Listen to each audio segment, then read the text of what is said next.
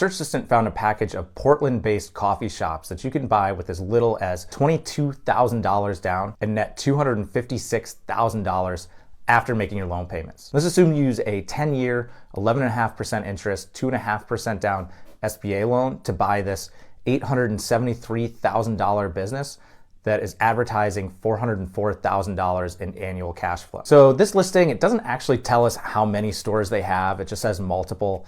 My guess is that there's 3. In the way that they describe it, it sounds like it's a number more than 2. I feel like if they'd had 4 or 5, they would have said that. Within the ad, they say that some of the locations are equipped with full kitchens, which means you could offer a wider variety of food services. Now, I'm a little mixed on whether that's actually a good or a bad thing.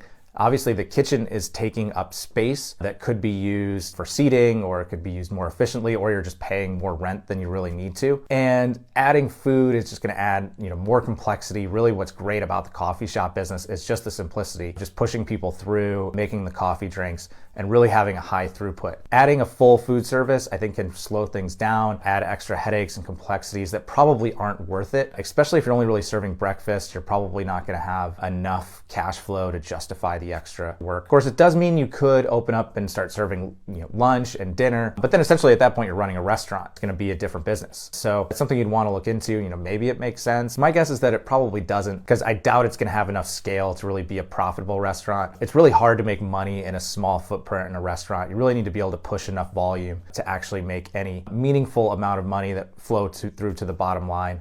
And I just doubt any of these locations are going to have enough of a footprint to justify. One thing you have to watch out for when buying coffee shops, and we don't really want to talk politics here, but this has happened to us several times, is be very careful buying into a coffee shop in a neighborhood with a very liberal demographic.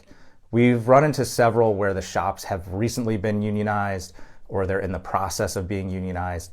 These stores being in Portland, I think, fit that criteria. We had a really sad case. We talked to a seller that was really just trying to get out because essentially his business had been destroyed. So his small coffee shop with 4 employees was unionized, and essentially the demands of the union made it so that the business really could no longer operate profitably.